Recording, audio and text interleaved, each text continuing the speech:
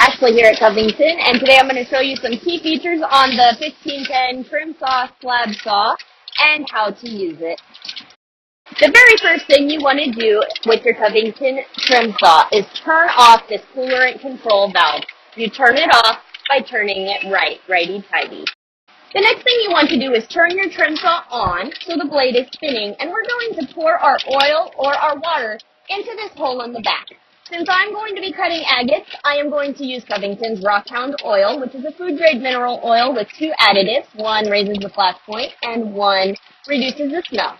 So I'm going to pour about a half a gallon of oil into the back of my saw, back here in this hole, and I want to just pour until the oil is barely coming up with the blade onto the tabletop. That's when I know I have enough oil in my saw. Now that we've got the oil in our saw, we're ready to prep our saw for our cut. As you can see, I've already got my stone clamped into my vise. I wanted to clamp it down really nice and tight so that the rock does not come loose. We don't want it to come loose while we're cutting. This is an agate, so it's about a 6.5 or a 7 on the Mohs scale. It's nice and hard. What we're going to do, I'm going to use this knob here, and that's going to move my vise left and right. I want to move my vise so that my stone has more, so that I'm slabbing more off of my stone. I usually like to take about 3/16 off so that I get roughly a little more than 1/8 of an inch on my slab. We have this nice little ruler guide on the front of the saw so you can measure about how thick your slab is going to be. The next thing I'm going to do, since I've got the slab, the width that I would like on my slab measured out, I'm going to tighten down this little nut that I have right here on the other side of my vise. That vise is going to ensure that my rock does not move back and forth.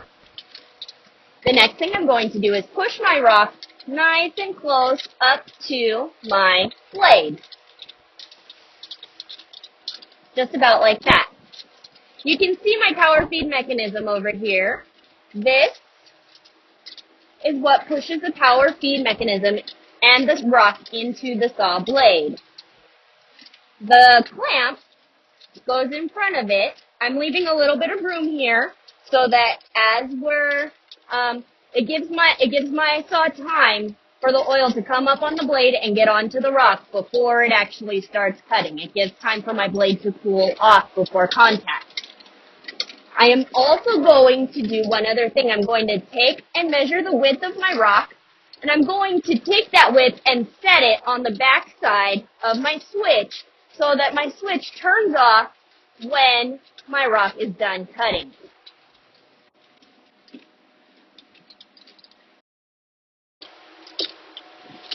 When I start my cutting process, I'm going to look for one thing. I'm going to need to readjust my coolerant control valve.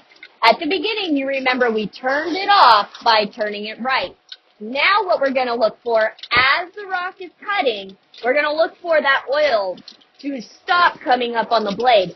Once that happens, I need to open my coolerant control valve about a quarter of a turn. And that will ensure that the oil is coming up onto the rock at all times.